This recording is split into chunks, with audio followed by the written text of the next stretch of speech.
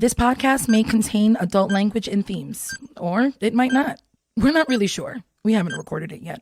I'm Jason. I'm Diggs. I make software, music, and podcasts. I connect people, personally and professionally, and I like talking with Jason. This is the Candy Factory 5x5 podcast. 5 conversations. 5 random topics. 5 minutes each. When we hear this sound,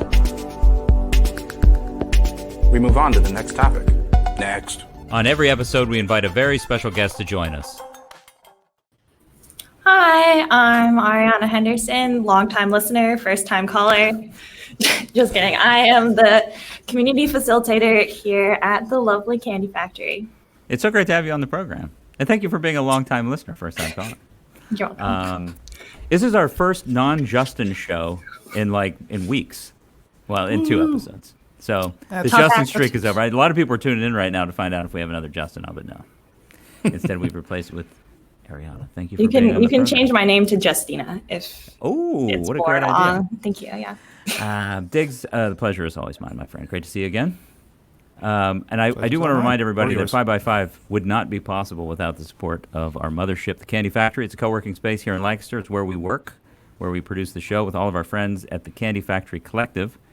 If you're an entrepreneur, remote worker, student, or anyone who just needs a place to work, especially during these COVID times when you need to get out of the house, away from the dog, maybe the spouse you forgot you had, check out coworkinginlancaster.com, schedule a tour, come and check it out. You know, the thing is, we have a lot of space here. We mask up.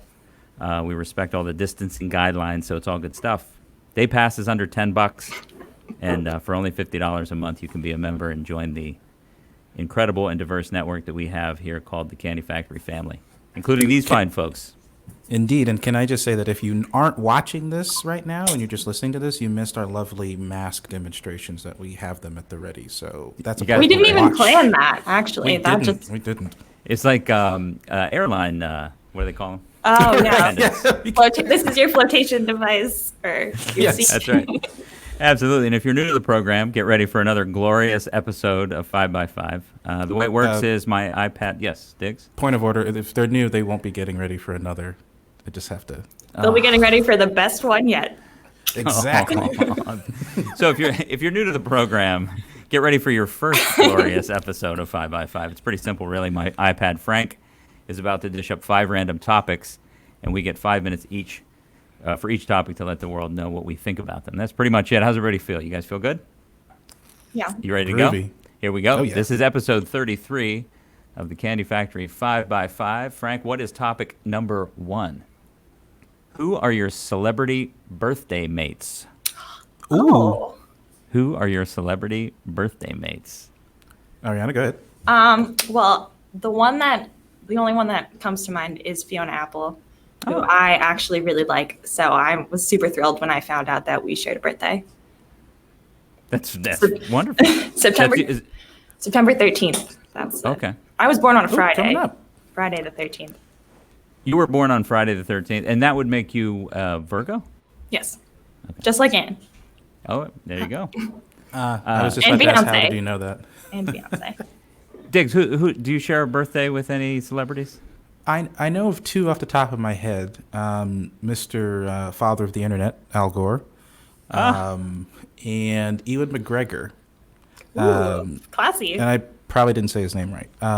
But I discovered another one recently. I'm blanking on who that is. I bet I'll just do some Googling real quick. Jason, please, I have no idea. So you're gonna have to Google fast because I have to Google for you. You might have to Google for me. My birthday is September the 29th. Oh. Okay. Are you still a Virgo or are you a Libra? No. A Libra. No, yeah. Please. So no, I'm actually a September Libra. So I party with the Octobertarians. The who what? They are. I've got a couple for you. So Halsey, is that a singer? Is she a singer? Halsey's a singer. Kevin Durant, I knew that name. He's a basketball player. Okay. Zachary Levi. I don't know who that is either. He did. What was the show called? It might be Levi. Zachary Levi. Maybe it's Levi. I don't know. Oh, Levi. You're right. It is Zachary Levi. The one I find the most hilarious is Silvio Berlusconi. I don't know who that is either. I don't know any of these people. Silvio Berlusconi is a ex He's the ex-prime minister of Italy, who was like 5,000 years old, like 20 years ago, and was forever getting like kicked out of office for some new sexual scandal that popped up. If you saw his face, I think you might actually recognize him. Just that's how frequent he had random issues pop up in his premierships. Are these people that Jason shares a birthday with, or you share a birthday with? No, those were Jason. Those were a list of Yeah, That makes sense. That makes sense. Apparently, Similar my vibe. guy's party. Apparently, the Italians that share my birthday they go off the rails. Apparently. Did you find yourself? When's your birthday, Dig? So mine is March 31st. I have a couple more I can add. Oh, these are. Oh, this is the one I forgot. Christopher Walken. Oh. Cesar Chavez. Oh. Nikolai Gogol. I know that name, but I don't remember why I know that name. I think he discovered the number Gogol. Or I'll have to dig in that. He was a Russian dramatist of Ukrainian origin, apparently. So Of course. Yeah. Fun, fun. yes, how could I not know that? He's also the founder of Goggle. Well, Google's also a number, isn't it? Or Goggle's a number? Oh, yeah. I kind of feel like I remember learning about that in elementary school or something. Google's a number? I think it's 100 zeros or 1,000 zeros. Is it Google? I I never knew that. You know, I always just thought that was just some stupid name they just picked out of nowhere. Why would they do that, though? They're really smart, like, programmer people. Maybe it was like the orange though, maybe Google existed first as a website and then they named the number after. So it's Google is Googol, Oh. and it's 100 zeros. Okay. So, and do you think, are you insinuating that Google, like the search engine, was named after Google? We're gonna go all straight facts. I'm gonna Google the answer to this question. Oh, you're Googling Google. In I'm the Googling- meantime, what's interesting is, I don't know if you do this, Arianna, but like my birthday is sort of like my new year. It's like a refresh point Yeah. for me. You know what I mean? Like, and it works well because it's like the end of a quarter, and of course I would think that. You know what I mean? That doesn't mean anything to me. Right. But it's sort of like a fiscal year, right? And it's the end of the third quarter of the year, so it's sort of a moment to sort of reflect on the past and sort of set up the next year, right? Yeah. And that's kind of how I always treat that time of year. So, and I noticed that Diggs ends the first quarter, which I didn't realize. Yes. Also, I was born on Easter Sunday in '91. So that's my random fun fact for that. And to close out the Google story, it was named for the number. It was a misspelling of the name of the number. Like That's intentional cute. or an unintentional misspelling? I think it was unintentional, and they just left it that way. Well, they could get the domain name then, right? Exactly. Yeah, which is what often happens. You're looking for a name and you actually you're just worried about getting the domain. In any event, we're moving on to topic number 2 on this episode's 5x5, which is what house are you from Harry Potter? I couldn't even read the top. I couldn't even read the top. Like, did you ever read a sentence where the words just like you read it wrong, and so then it sends you down a rabbit hole of like wrongness? Yes. And by the time you get to the sentence, you realize that, if I would have put the accent on this syllable of that word, this whole thing would have made sense. So I was like, Yep. What house are you from, Harry Potter? Like, I don't even know what that means. Wait, what Do is you it? know- Privet Drive? I don't remember the exact.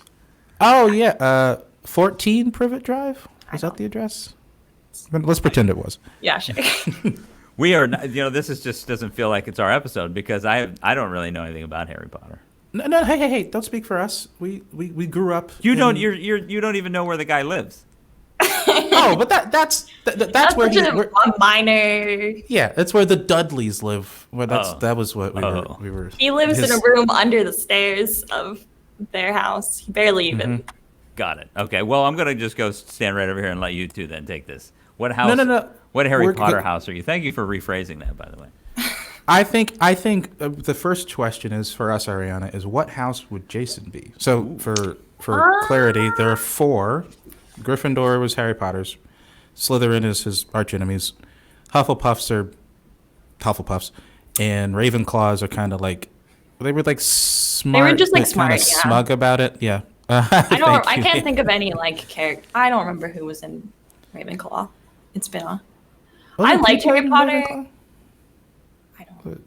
It doesn't matter. Yeah. So yes, which house do we think Jason would be in? I could maybe see him being a Slytherin.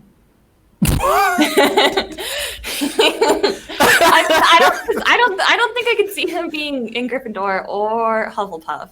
So that No, I leaves agree. Slytherin and Ravenclaw, and I don't know. I say Ravenclaw. Maybe Ravenclaw. Okay. Yeah. I don't know anything about this, but the way you two reacted when you said Slither or whatever, I get it. Okay, like I'm aware enough to understand what just happened there. That transaction between the two of you. Now, just based on my taste and the way the words sound, Ravenclaw sounds a little bit more sounds metal to me. Well, There we go. I wouldn't call them. I would say Slytherin is more metal, which is why I would have put you in. Ravenclaw sounds like Slytherin an is- old British band. Ravenclaw. That's true. I would say there's like room for metalness within the Ravenclaw family. I feel like I feel like Jason isn't sinister enough to be in Slytherin. Like I feel like That's what you think, there's Diggs. Yeah. I like my idealized version of Jason. Please don't tear that. I'm like Tear the that dark down. web. You know what I mean? Like you don't really know what's going on underneath there, right? Like on the surface, I'm just Yahoo and Google and all the rest of them. but deep down inside, I'm doing like Bitcoin shit, like weird. You know what I mean? I like the fun fact. About What is it? 4chan or something? Those weird places where people buy drugs and stuff on the internet. I don't know. Yes. That's the whole thing is baffling to me that like there's this big like drug dealer culture on the internet. You know what I mean? Because to me like there's just a big separation between a guy in a van. You know what I mean? You're talking about Silk Road. That's what. Oh, okay. Yeah. Oh, that's- Diggs is very familiar with that. Oh, No. of course. Yeah, so proud. Diggs is like, yeah, let me just log into my account real quick here. What do you need?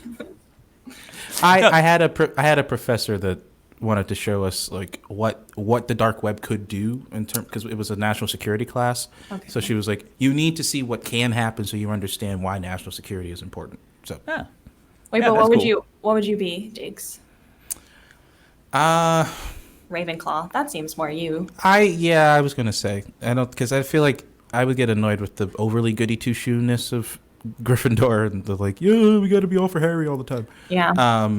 And Hufflepuff, absolutely not. I don't. What's wrong with Hufflepuff? You know, They're too aloof.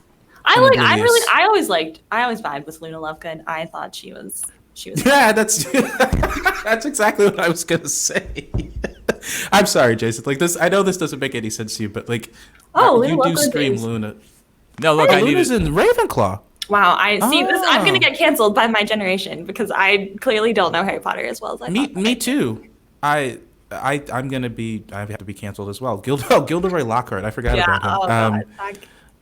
He was quite the character. Are those my people in Ravenclaw? Is that what Those are your is that what I people. was seeing? You would not like Gilderoy. He was full of himself and a bit of an ass. But Luna is like flighty and. Okay. Luna That's not is very perceptive. I would say that she is misunderstood, overlooked, but she has a lot of great redeeming qualities that come out throughout the series. You know. That's fair. Well, it's time to climb on the broom and fly on out of wherever Oh, the hell it is Tonks. that Harry Potter. Tonks Well is an done. Hufflepuff. I love Tonks. And move on to topic number 3 of this episode's 5x5, which is who what? Who? See, I'm struggling. Who or what was on your childhood bedroom wall? Who Oh, or what? scandalous. was on- Yeah, I was reading that got real weird for me. Who, And what, then where, I- when, why, how? What was on your childhood? Do you know what's funny? It was a picture. It was a headshot of J.K. Rowling, because at least the one thing I remember, because like a little kid, I remember. Well, one, I was very slow to get into Harry Potter, and I it's kind of weird that this dovetails so nicely. I'm not a type of person that just accepts someone saying like, oh, like around I think it was second or third grade, everybody started like reading Harry Potter, and I kept getting people were like, "Oh, you've got to read this book. It's so great. It's about these wizards and I was like, okay, well, what's it actually about though? Like I hear the wizards part, but anyway, after I got into it, I for some reason felt the urge to write J.K. Rowling to explain my story of like, I didn't like this at first because my friends were talking about it, but I really do love it after I started reading it. And then, me being this little kid, like I got the little like pro forma letter back with a headshot, and I'm thinking like, oh my God, you wrote me back directly. I know now that that's not true, but no, Diggs, I would like to think that she did. She took the time out of her day. Oh, absolutely, 100%. She talks about you all the time when she's on The View or whatever they do. Yeah, and I don't want her talking about me right now. She's over, I guess. I think is she half canceled or partially canceled? She made canceled? like pretty insensitive comments about transgender people, so it's a little problematic. It's pretty problematic. Yeah, that's pretty problematic. I don't know the specifics. I just know that there was a movement to. Well, it's a good thing she didn't write you back then, Diggs. Right. We're done with that. We're just. So was Harry Potter on your wall? Is that how this? Is that how this all works together? Her headshot. I put the headshot up on my wall next to the envelope that the letter came in. Oh, that's so sweet, James. Yeah. I love that for you. Arianna, what was on your bedroom wall? Your childhood bedroom wall? I was not a poster person. I didn't take like things out of magazines and put them on my wall. I didn't really have anything on my wall. I was pretty boring. I don't know. Did that I guess that sort of did that change? Do kids still do that? No, I'm trying to think. Because magazines aren't quite what they once were. Now you have to print the picture off of the internet. Yeah, I mean, when I was a kid in the late 70s and the early 80s, we would get like the magazine was it. That was the only place that you would see like the rock stars and that sort of thing. So you would pull, you know what I mean? Like it was glorious. It was the internet. You know what I mean? Like every week you would go down to the newsstand and you would get the new magazine that came out, whether like rock and roll magazines or whatever, and they would have the posters inside, and you'd plaster your walls in. But I guess, now that the digital revolution happened, 20 years ago or whatever, I just don't. That's interesting. I know that my kids who are late teens now, they would like do Polaroids and things like that. Yeah. I guess I had pictures of like friends and stuff. Yeah. But, like not like celebrities necessarily. It's funny. Justin Quinn, the guy that was on last week for reference, he had me laminate a picture of a snake for his daughter to hang on her wall. So it was just like a picture. It looked like that somebody had taken with cell phone of like them holding a snake in their hand. So that's what the kids are hanging on their walls nowadays. Pictures of snakes. Pictures of themselves with snakes. Yes. That just got really dark. So my walls were just covered with rock and roll posters, like rock bands and that sort of thing, just littered with it, to where my parents were just like, "What the hell are you doing?" You know what I mean? Like you ruined the whole wall, the tape. You just ruined it. Yeah, and it was just it was my folks. I went to college in '89. I went to college, and I think I came back in November. And my mother had completely renovated my room. It was like a hotel. Wow. They forgot about you. Oh, they had the shit packed up before I even got to school. Like they were just like, I think they drove me to college, dropped me off, came home, and started going through my room. And it was just like, get rid of it all. Put new wallpaper. Burn it. They just wallpapered over all of your... Yeah. There's like Iron Maiden posters. Like some archaeologist someday is gonna like chip away the wallpaper and be like, "Wow, look at that." Oh my God! That'd be cool. Could you imagine like David Attenborough doing the observe this ancient artifact of 1980s childhood? Look how the young man was really idolized this band. Motley Crue. Yeah. I love how David Attenborough will be alive whenever they're excavating Jason's childhood. He will. I feel like that man and the queen are gonna like live forever. Like I know they won't, but they might. Science will advance. It's time for us to tear down the wall and move on to topic number 4 of this episode's 5x5, which is childhood vacation spots. Wow. Childhood. A lot of memories. We're going back in time. Yeah. We're celebrating Harry Potter.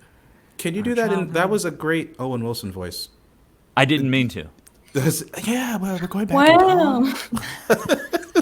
That was really good. Thanks. I appreciate it. I've been working on that all afternoon. Childhood vacations. I didn't. So my thing is, we lived in New York. You were like already on vacation. I guess that's in one sense. Like going to the other side of New York City was pretty much a vacation. Yeah.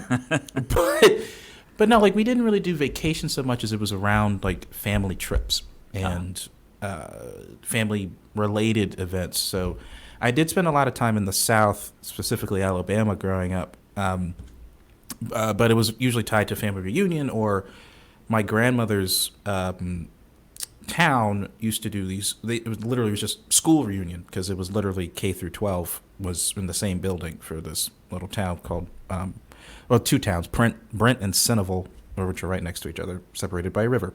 So we would go down, and it would be like family and extended family, because everybody came out of the woodwork for that reunion. Sure. So yeah, the South a lot, lots of other random places. Texas, I remember DC. We went to DC a lot, actually, not just because a lot of family down there. But yeah, no real vacation spot as a kid. Was the South strange for you coming from New York City, like coming from Brooklyn? No, because I grew up with the shifting, so it wasn't. It was different, but it wasn't strange. If that makes sense. I was talking to someone about this. I have my view of the South is that even though there's still a lot that's screwed up, I'm not going to pretend there isn't. The South has at least had very points that they've had to kind of reckon with themselves for the shit they've done in the past. So you can, if you couch it right, you can still have a conversation about race in the South with the most racist. Me as a black person with the most racist white person you can find in the street. You couldn't really do that up here in the North. We've never had we don't have a common way of, because first you'd have to get a Northerner to admit that they were racist. Yes, that's true. Yes, that's not going to happen. It might happen, but it'll be couched in well, I've tried to do this and I'm so enlightened that I'm liberal. Anyway. Right, but no, you're right, because they sort of hang on the I'm not one of Northerner. But right, we won the Civil War, so exactly. We were always on the right side of history. You sort of hang on that, right? You sort of hang on that idea that I'm from Pennsylvania, and 100 years before I was born, there was a Civil War, and Pennsylvania won, was on the winning team, so therefore ibit ergo. But yeah, no, you're right. It's even though people in Gettysburg, like a lot of them, have Confederate flags that they. Oh, absolutely.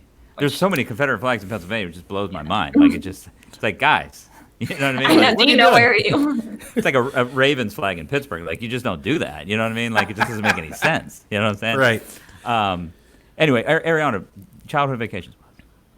So the place that we went to most consistently, my grandmother had a timeshare in Atlantic City, New Jersey. So we would go there like almost every summer growing up.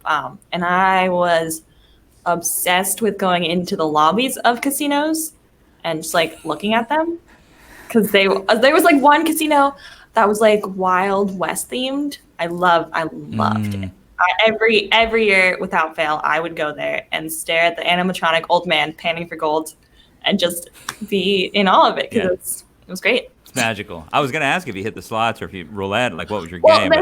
They had like an arcade with like refurbished, I guess, like slot machines that would just give out tokens. So sometimes I would do that. Okay. That's so when trying to rope you in. That's when my gambling addiction started, and then I've only been to a casino twice now in my adult life, and it was not that fun. I don't know. Yeah, I'm not a casino person. It's in my family. A lot of people gamble, but it never stuck. Your family owns you a casino? gamble? No. They go. My grandmother was like a platinum member. And, like she would roll into Atlantic. She would roll into Atlantic City, and they would roll out, gold threaded red carpets. I mean, it was would Trump ridiculous. be there, the greeter? She called him Little Donnie. I mean, it was just, she was something else, and she won all the time. She was always passing out, money to the kids. Look what I won at the casino, kid. Here you go. You know what I mean? But wait, what was your vacation spot, Jason? As a kid, like, we did two things consistently. One was Cook's Forest, Pennsylvania, which is up in the northwestern part. We had some friends who had a cabin, like another family that was similar to ours, and we would go up there. and then we would spend July of the summer in Wildwood, New Jersey. Oh, nice. My mother was a school teacher, so she was off, and this other family had the mom stayed home, and so we would go for the month of July. It was a lot of fun as a teenager, so a lot of good memories there. Oh. But it's time to pack up the station wagon and head on out because this vacation just ended. It's time for topic number 5 on this episode 5x5, which is illegal drugs. Illegal drugs. So, Jason, what'd you get up to in Wildwood? Yeah, and we were in the wild part of Wildwood. No, actually, this is more about my dark web days. Okay. When I was, what is it called, the silkworm or something? The Silk Road. Yeah, I'm pretty sure that was the name. Illegal drugs. Where are you at with illegal drugs? Are you pro? Pro. Okay, I'm pro. If we're gonna be serious for a hot second, I'm pro legalizing marijuana. I'm not gonna lie, and strictly just for the tax benefits. If cigarettes can be taxed out the ass the way they are, I believe I'm pretty sure the science says that they're actually way more destructive than weed. Yeah. But I'm not I'd a scientist, so buy don't quote me on that. But it's just like, and I do understand that yes, weed it can be a gateway drug, blah blah blah blah blah. I get that, I understand that. However, it's already here, people. Can we just stop pretending like that it'll just vanish like coronavirus? So let's get the money out of it while Absolutely. we can. Absolutely, it's ridiculous. And the thing about it is, for somebody I'm no longer a drinker. I had my struggles with it. To compare the two drugs, if you will.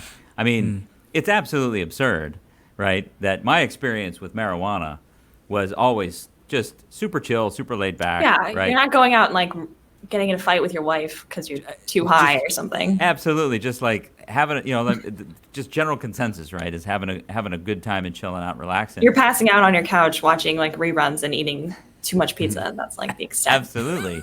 But if you watch the Super Bowl, you would think that beer was the greatest thing that ever happened to humanity. I mean, it is touted as, it is celebrated in this, it's particularly in this country, I think in the globe, safe to say. But, alcohol is really a celebrated drug, and I find it to be, my personal experience, way more destructive than smoking weed. And it's just, the fact that we are where we are today and know what we know today and can have the knowledge we have today, and that drug is still illegal, and there are people sitting in jail for decades for selling pot. It's mind-blowing to me. It's mind-blowing when you think about all of the things that people aren't sitting in jail for that are extraordinarily destructive. Anyway, that's rant over. Arianna? Sorry. Yeah. No, I mean, I agree. I definitely think that pot is not a big issue. As far as other drugs, obviously, I'm not pro heroin or anything like that, but I feel like psychedelics are okay too, depending on who you are. You just have to be careful. I don't know. Yeah, and the environment you're in, I think. Yeah. Is probably did I dally? I might have. I honestly don't remember. I might have done one, I think, technical psychedelic. Sorry, Mom. And just like this, no, not for me. But I was in a controlled environment. Actually, I remember exactly where it was. It was college, potentially college related. And I trust the people I was around. So I was like, all right, I'll try it once just to see, and not for me. Didn't do it for me. No. It did do it for me. That's what I didn't like. I didn't like the. You did it too much. It's like no. I want to at least have some, if I'm drinking, I at least have some sense of okay, at a certain point, I know when I lose control. Right. So I don't get to that point, or I try not to get to that point. If I'm going to get to that point, I'm going to be at home, doing it, within walking distance, stumble distance of my abode, so I can get back to a safe environment. No, absolutely. I struggle with the whole idea of the legality of other drugs, but I think that the big problem that we have in this country, when it comes to what I'll call hard drugs, is the fact that it's treated, that the use and the addiction is treated as a criminal act.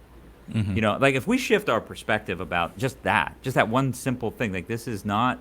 It's like a disease and not. Yeah, absolutely. Yeah. Right. if we treated it from a medical perspective instead of treating it from and I mean, it's funny, to go back, especially with the opioid epidemic as it is, in the past 5-6 years. When you go back and even so, I was watching this interview with the Smashing Pumpkins not long ago in the '90s, and of course they had the incident where the drummer and the keyboard player, went to a place and OD'd on heroin, and the keyboard player died on a tour. And the drummer was kicked out of the band, and the way that the other guys in the band talked about him, it was so prevalent that it was treated as sort of like a choice, that they had gotten to a point where it was just like, we told him he had to shape up or he was out.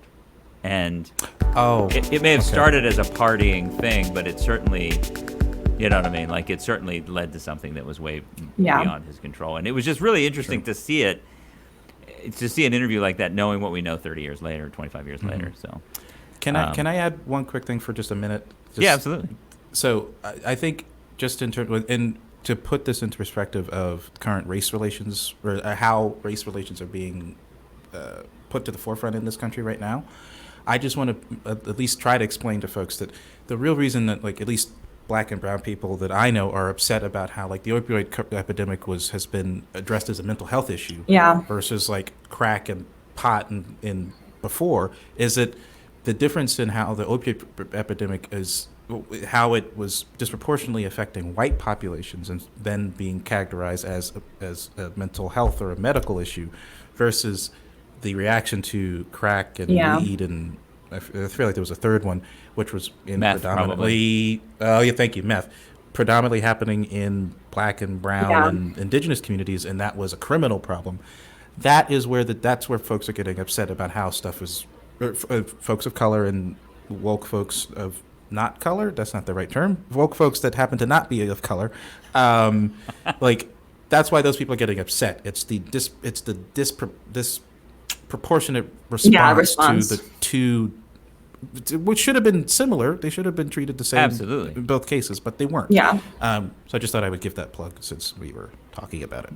No, absolutely, and I appreciate that because that, right, if you go back and look at the history of the crack epidemic in this country in the 80s, it is ludicrous, and the way the government responded is to me was criminal. Like, those bastards should be in jail. You know what I mean? They should be in jail for the next 30 years and the 30 years prior to this. I mean, it's insane what they did. But we unfortunately are out of time on this episode of 5x5. We could talk about this for a long time. We won't today because the music has played. That was the fastest 28 and a half minutes in podcasting. Yeah. That was an intense topic to end on, and also to only have 5 minutes to delve into. But that's the way we roll here on 5x5. And just a quick plug, we are part of the Candy Factory Collective. We are launching all kinds of live streams, podcasts, some great shows, some great content coming to you. So visit us online, candyfactorycollective.com, to learn more about 5x5, to go dig back through our archives. This is episode 33, remarkably. Oh. I'm always amazed. Every episode, I'm like 32 other episodes. Wow. There's 32, and there's even 3 bonus episodes. So there are 35. What? Yes. Wow. 35 magical gifts Hours that of we've given to the entertainment. internet. It's absolutely unbelievable. Arianna, thank you so much for being on the program. Yes, thank it you has for been a having true me. pleasure. True pleasure to have you on. And Diggs, pleasure's always mine, my friend. We will see you next time on the Candy Factory 5x5. The Candy Factory 5x5 podcast is a proud member of the Candy Factory Collective. 5x5 video can be found on Facebook, YouTube, and LinkedIn. Subscribe to the audio version wherever you get your podcasts. The Candy Factory 5x5 podcast is recorded at the studios of the Candy Factory, a co-working campus in Lancaster, Pennsylvania.